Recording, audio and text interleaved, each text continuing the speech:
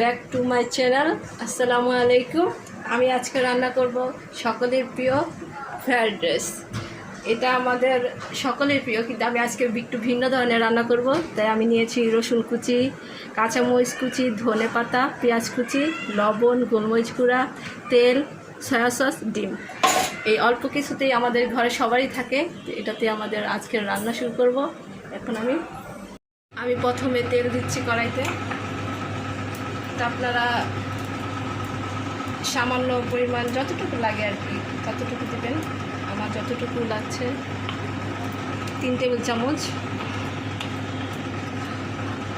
তারপরে আমি রসুন কুচিটা দিয়ে দিচ্ছি। ফ্রাইড রাইসটা রান্না করতে গেলে সচরাচর আমাদের চুলার এটা বেশি হাই লেভেলে রাখতে হয়। তা আমি একটু মিডিয়ামে রাখছি, কারণ আমি এত করবো না, ফ্রাই করবো না। তারপরে দিয়ে দিচ্ছি পেঁয়াজ কুচি,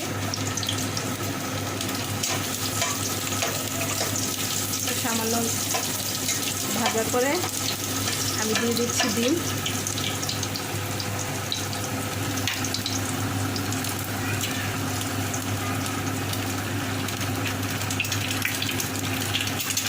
আমি এখানে 2টা ডিম ব্যবহার করলাম, আপনারা পরিমাণ মতো ব্যবহার করবেন। এখন আমি একটু দিয়ে দেব লবণ, সামান্য পরিমাণ, কারণ আমি এখানে সয়া সস ব্যবহার করব।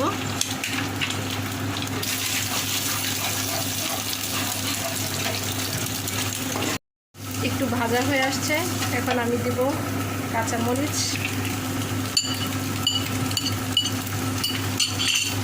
তারপরে দিয়ে দেব গোলমরিচ গুঁড়া,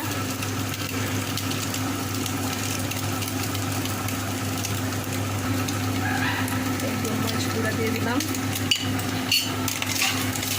এবার আমি দেব 1 টেবিল চামচ সয়া সস।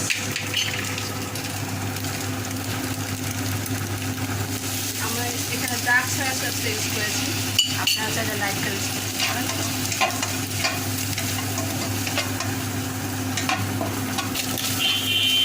এবার আমি দিয়ে দেবো ভাত। আমার ভাতটা রেডি করাই ছিল, ভাত হচ্ছে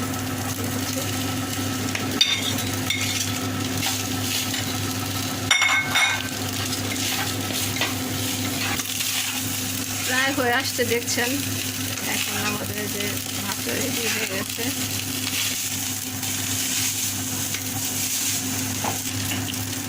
এবার আমি দিয়ে দিচ্ছি ধনে পাতা কুচি।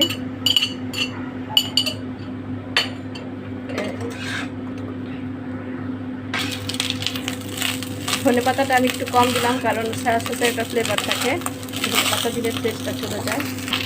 এখন আমার এটা রেডি হয়ে গেছে, আমি চুলাটা অফ করে দিলাম।